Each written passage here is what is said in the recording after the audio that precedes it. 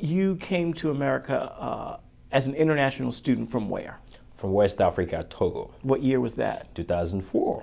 Shortly after you arrive, you get a big financial lesson about this country and yourself. Tell me about that. Well, it's kind of very interesting because in West Africa, we don't have the same economy that we have here in the U.S. We don't have credit card. That's much more developed. So my first mistake was with a credit card. When you're like on campus, they come to you, they tell, hey, this is a T-shirt, sign here. There's a credit card. You have $2,000 on it. I was so excited. So I signed up for it. I don't know what I was signed for. Right after I went to the mall, I started swiping it, buying clothes and shoes and having a good time. And then the rest is story. How bad did the debt get?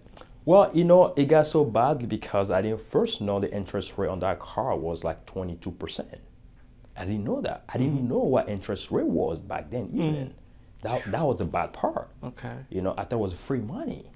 That someone just handed it to me. Yes. So I was paying just the minimum payment. And I realized that the balance was still the same. So one day I was like, let me just call them and see what's going on. So when I called, it was Capital One, and I called, and I was so lucky that one nice woman answered the phone, and she told me, honey, you can't just pay the minimum. You have to pay more than the minimum. So she was very nice to educate me into the process. We were like on the phone for like about half an hour, So that was like a quick lesson. But what really helped me this whole process was like my dad. I was very fortunate that, when I came here, I usually get some money every month, send me some money, So I thought I was entitled to it. I thought I was like, it's gonna be all the time. Well, we didn't sign a contract. There was no agreement, right? There's no contract between you and Dad. So one day he called me, he said, son, we love you so much, but, I think we're done. And I said, what do you mean we're done? I said, yeah, we're not going to get any money whatsoever. The only kid that I have. And I said, well, what do you want me to do? He said, you figure it out. That's it. That's it. You'll figure it out. Yeah. And you figured it out? And I did. How long did that take? Well, I'm still figuring out right now. It is a process.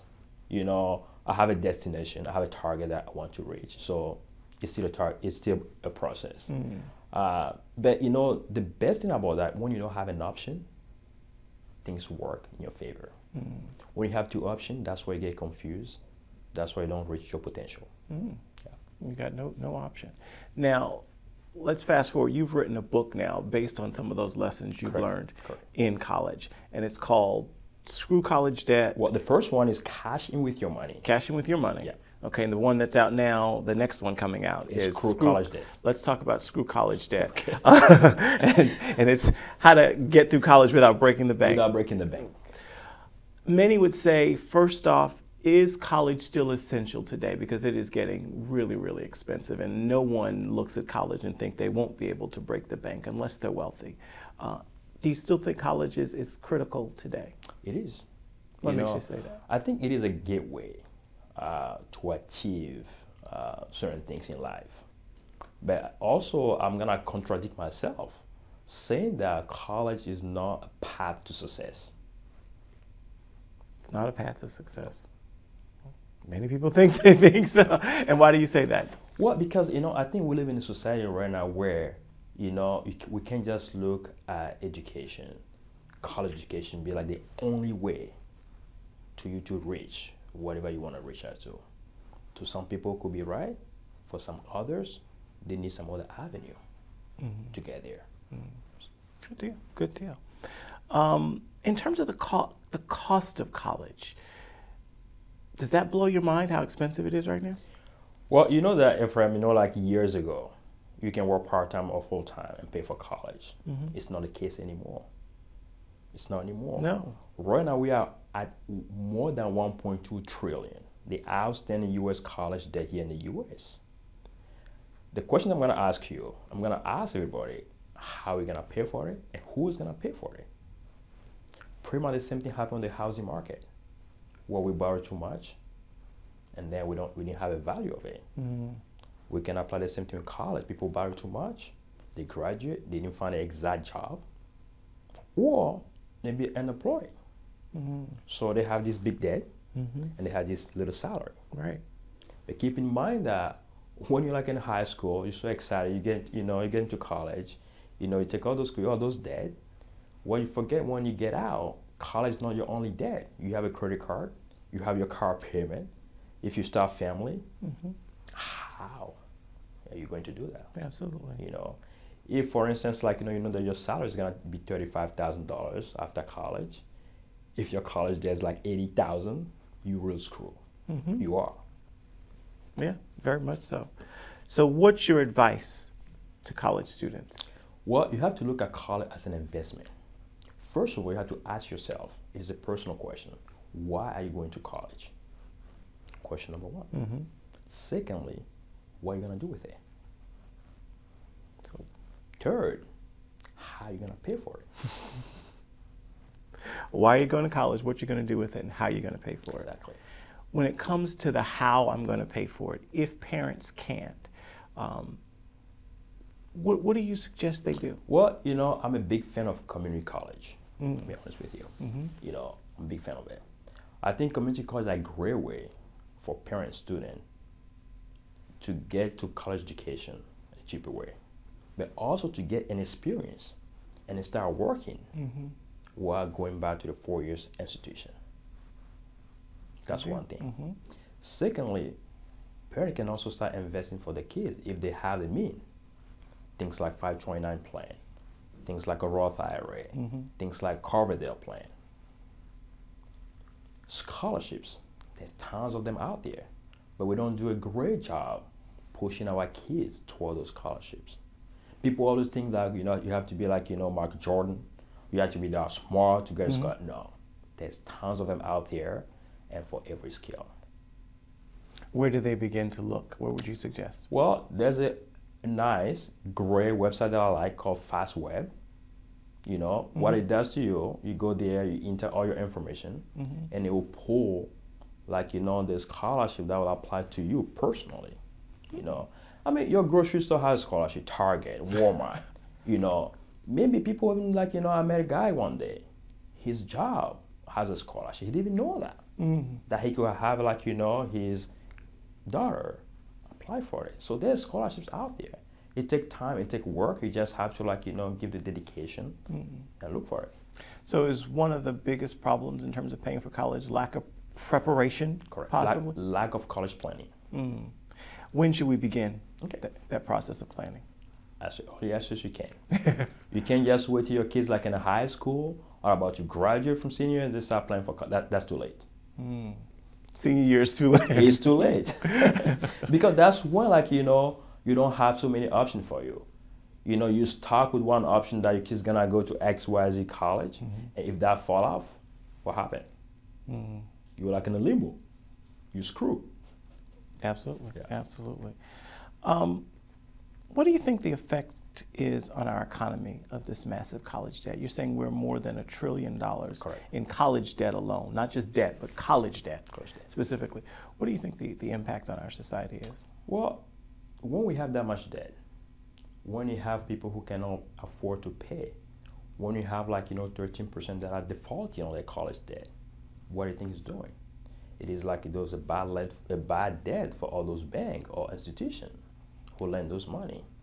But keep in mind that there's no bankruptcy when it comes to college debt. They will chase you. They will garnish your salary.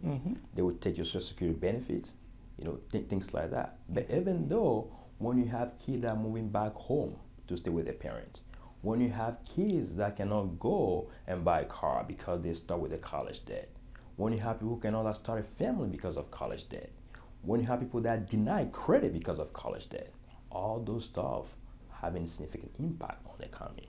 Indeed, indeed. Let's go back to your first book, Cashing with Your Money. Correct. What triggered that? What was it that happened to you that made you say, I need to write a book? Well, it was a tough decision. I come to a point, after my parents cut me off, I come to realize that I had to be responsible with my money, okay? And during that process, I started talking to different people, different mentors, different financial advisors, financial planners, asking them questions. But the main point was the financial crisis. That happened in 2008, 2009. That was the most that triggered me to write that book.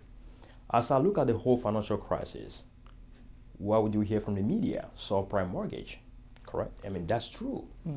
But when you look deeply, I found 4 reasons being the main cause of the financial crisis. First, we as a consumers are not financially educated enough to understand what we buy every day. That's what happened with my credit card, remember? I didn't know what interest rate was. No. I just got it, I stopped using it. Secondly, we're so greedy. We are. You know, we want something, want it right away. We don't have the money, but we want it. So we figure out how to buy it. Third, we don't know the difference between our wants and our needs. We get those so confused. Why should somebody, for instance, have the money to afford iPhone 6 Plus, no offense to Apple, but does not have the money to buy a life insurance policy for his family? That's a big question mark. Great question. Great question. And then fourth, again, credit card, the plastic. Yeah, because you have that perception that, okay, I'm going to swipe it today. I'm going to pay it off. But you know what? You're not going to pay it off. Your car's going to break down. Something's going to happen. Then you're not going to pay it off. That's why you have those big companies, all those Visa, they make big money all the time. Credit cards are our emergency fund instead of a savings account for many of us. Let's go back to you before we go. Dad cut you off when you were in college, and you had to find a way. So was community college one of the ways for you? Correct. And what was some of the lessons you learned? You know, it was so funny too. You know, I have to be honest, I was not the smartest kids, you know, in college. So in my accounting classes, we're done with the course, I did not really understand what that lady taught that day. So I was chasing her in the parking lot with my book in my armpit. And I was like, can you please explain this to me? She's like, you know, I asked 3 times in class if the lesson was understood. Everybody said yes. Why I didn't say anything? I was like, I was so scared, I didn't want to say anything. And she told me that I have to go. I said, you have to go where? She said, I teach at a community college. I said, really, you do? I said, where? And she gave me the name. So I went to the library, I Googled quick, and I was reading, I think it was way cheaper than what I was paying. And I went to my advisor, I said, next quarter I'm transferring. He said, no, you know, I said, yes, I am. So that was like, you know, moment when I went to community college, you know, so I get my associate degree there. You know, I worked 1 year to save money and then went back to my 4-year education. Good deal, good deal. What's the biggest financial lesson you could give to a young person right now in high school thinking about going to college? What's the big lesson you could leave with them? You know, I'm going to go back again to be responsible with money. You know, that's a big thing. When I mean being responsible, that means a lot. You know, that means budgeting, that means saving, that means finding ways how you're going to pay for your college education. You know, things like, you know, scholarships. Things like, you know, work through college. People always say that, no, I can't have my kid work when he's college. Well, people are doing it. That's why I say if you don't have any option, you will do it, right? So those are my big things, you know, I can address. Good deal. Reminder, the latest book, Screw College Debt, How to Go to College Without Breaking the Bank. And the other book, Cashing with Your Money. All right. Tool for better financial life. All right. Excellent. Thank you. Thank you, Efrem. Thank you for having me.